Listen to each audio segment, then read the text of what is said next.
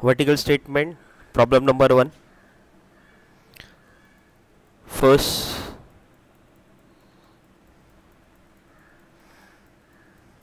this is your format. 3 column draw करना है आपको. सोर्सेस ऑफ फंड, उसमें आएगा ओनर्स ऑफ फंड्स. उसके नीचे लिखना है शेयर कैपिटल. उसके बाद आपको 2 लाइन छोड़ना है. 2 लाइन छोड़ने के बाद रिजर्व एंड सरप्लस 2 लाइन छोड़ना है उसके बाद, और लिखना है फिक्टिशियस एसेट्स. फिक्टिशियस एसेट्स के बाद आपको 3 लाइन छोड़ना है. उसके बाद आएगा आपका लोन फंड. लोन फंड में लॉन्ग टर्म लोन्स 3 लाइन छोड़ना है, और टोटल आएगा A+B. तो ये आपका सोर्सेज ऑफ फंड का टोटल हो जाएगा. उसके नीचे कंटिन्यू करना है application of funds.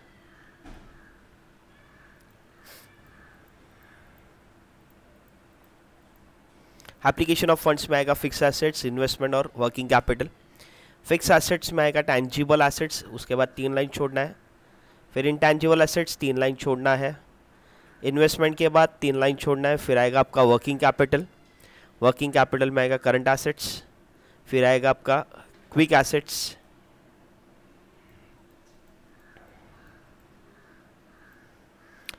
Quick assets के बाद 2 लाइन छोड़ना है आपको. फिर आएगा नॉन क्विक एसेट्स के बाद 2 लाइन करंट लाइबिलिटी. फिर आएगा क्विक लाइबिलिटी 3 लाइन छोड़ना है. नॉन क्विक लाइबिलिटी 2 लाइन छोड़ना है. और लास्ट में आएगा आपका A+B+C. तो ये आपको फॉर्मेट पहले ड्रॉ करके लेना है. फिर हम लोग देखते हैं कैसा पोस्टिंग कर रहे हैं हम लोग. Now will see the posting.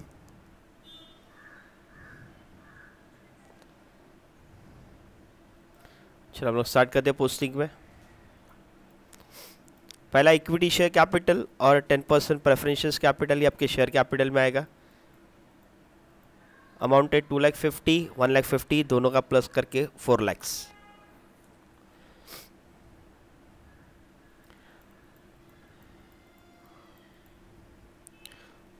उसके बाद आएगा बिल्स पेबल. वो आपके क्विक लाइबिलिटीज़ में जाएगा.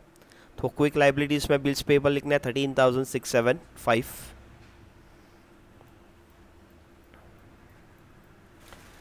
General reserve and profit and loss, reserve and surplus दोनों में रिजर्व एंड सरप्लस में जाएंगे. दैट इज 60,225, 43,900 दोनों का प्लस करके हम लोग ने सेकेंड कॉलम में अमाउंट लिखा 1,04,125.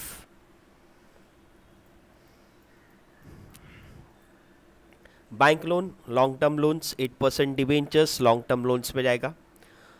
तो लोन फंड के नीचे जो हम लोग ने लॉन्ग टर्म लोन्स लिखा उसमें आएगा बैंक लोन और 8% डिबेंचर्स. ये दोनों भी हम लोग को सेकंड कॉलम में लिखना है, और इन दोनों का टोटल थर्ड कॉलम में आएगा.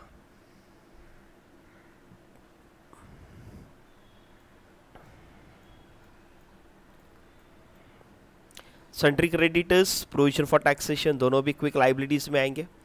तो क्रेडिटर्स 36,950, प्रोविजन फॉर टैक्सेशन 10,000.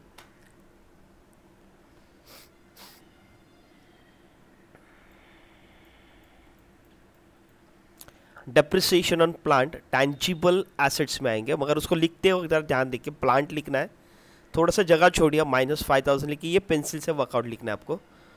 तो इस तरह से प्रेजेंट करना है, क्योंकि जब प्लांट का वैल्यू आएगा इधर हम लोग स्पेसिफाई कर देंगे.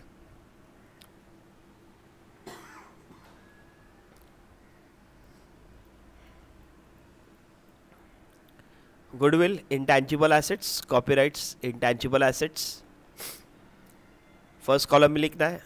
दोनों का टोटल आउटर में आएगा, दैट इज 94,500.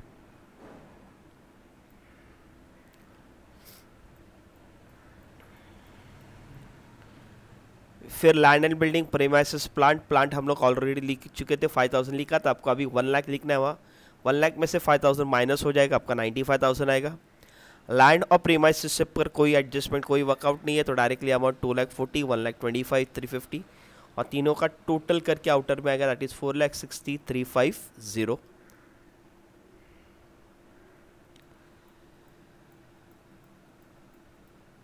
%3 BP नोट्स, जो अलग अलग नोट्स होते हैं उसका नाम है BP नोट्स, वो इन्वेस्टमेंट में आएगा. शेयर्स ऑफ आदित्य बिरला, ये दोनों भी आपके सेकंड कॉलम में लिखना है. इनका टोटल आउटर में जाएगा. ध्यान रखिए इन्वेस्टमेंट में जो भी हम लोग लिख रहे हैं वो लॉन्ग टर्म इन्वेस्टमेंट ही लिखा जाता है. शॉर्ट टर्म इन्वेस्टमेंट रहेगा तो वो करंट एसेट्स में आएगा. क्विक एसेट्स में आपको लिखना पड़ेगा।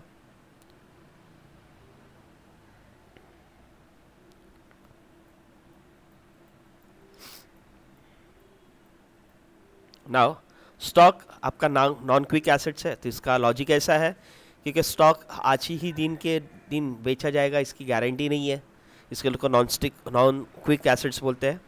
डेटर्स और कैश क्विक एसेट्स है क्योंकि इनसे हम लोग को जल्दी से जल्दी पैसा मिलता है, तो डेटर्स और कैश क्विक में लिखेंगे फर्स्ट कॉलम में। नॉन क्विक स्टॉक है और तीनों का टोटल हम लोग ने आउटर में डाला है, दैट इज़ 1,10,000।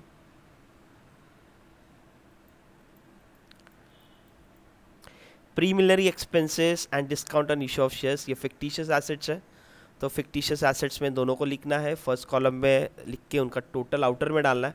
और ये माइनस साइन क्यों स्पेसिफाई करना है, क्योंकि फिक्टिशियस एसेट्स को हम लोग ने माइनस साइन डाला था।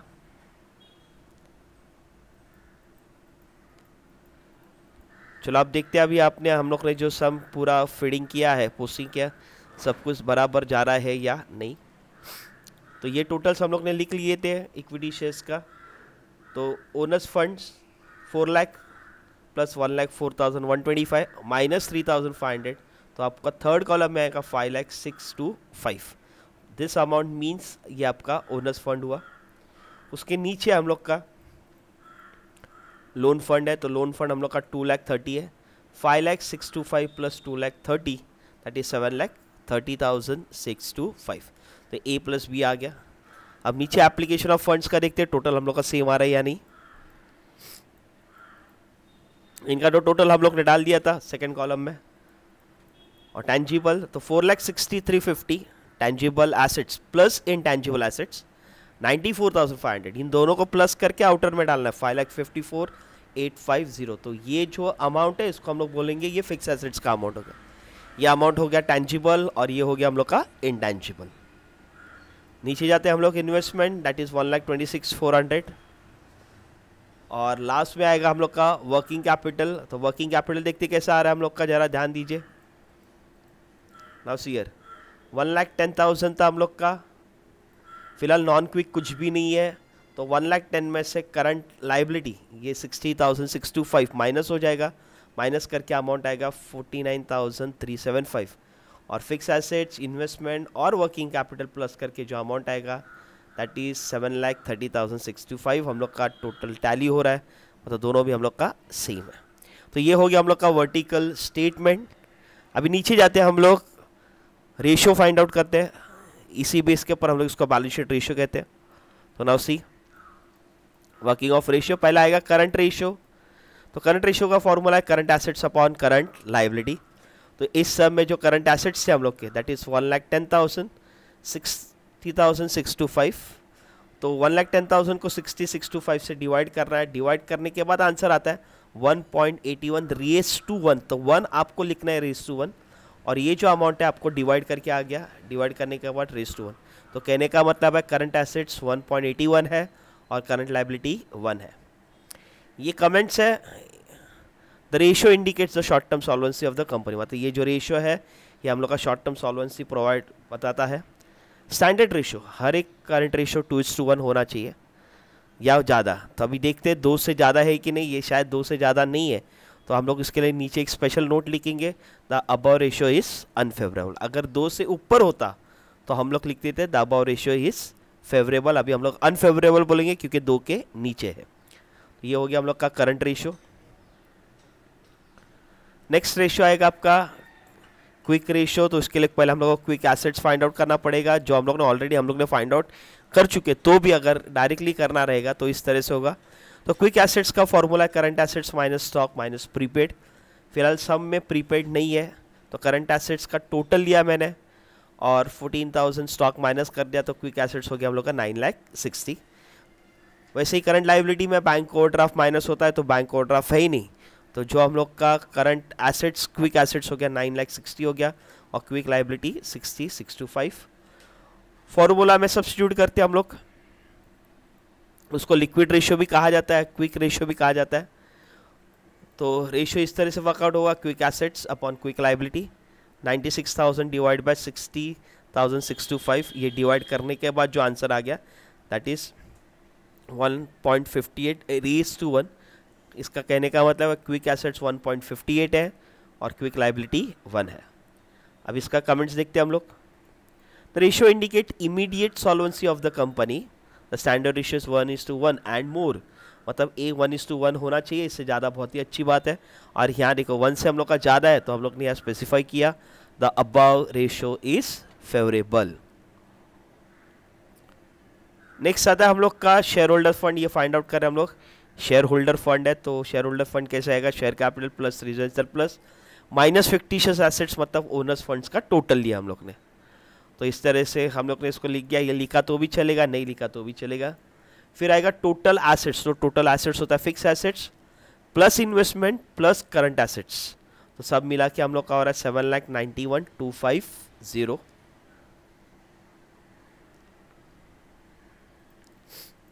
तो हम लोग का नेक्स्ट रेशियो है प्रोप्राइटरी रेशियो। तो प्रोप्राइटरी रेशियो का फॉर्मूला है share holders fund upon total assets. तो शेयर होल्डर्स फंड्स जो था हम लोग का, जो हम लोग ने ऊपर फाइंड आउट किया वो सब्स्टिट्यूट कर दिया। टोटल एसेट्स जो फाइंड आउट किया हम लोग ने 7,91,250 को 5,06,250 से डिवाइड कर दिया और मल्टीप्लाई बाय 1 कर दिया, 100 कर दिया, तो आंसर आ गया 63.27। और परसेंटेज में लिखना है क्योंकि यहाँ मल्टीप्लाई बाय 100 है इसके लिए। अब कमेंट्स देखते हैं हम लोग के।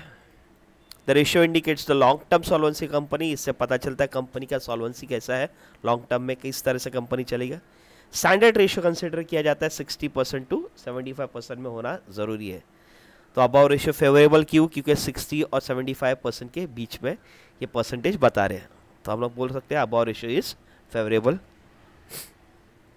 नेक्स्ट रेशियो आएगा आपका स्टॉक वर्किंग कैपिटल रेशियो।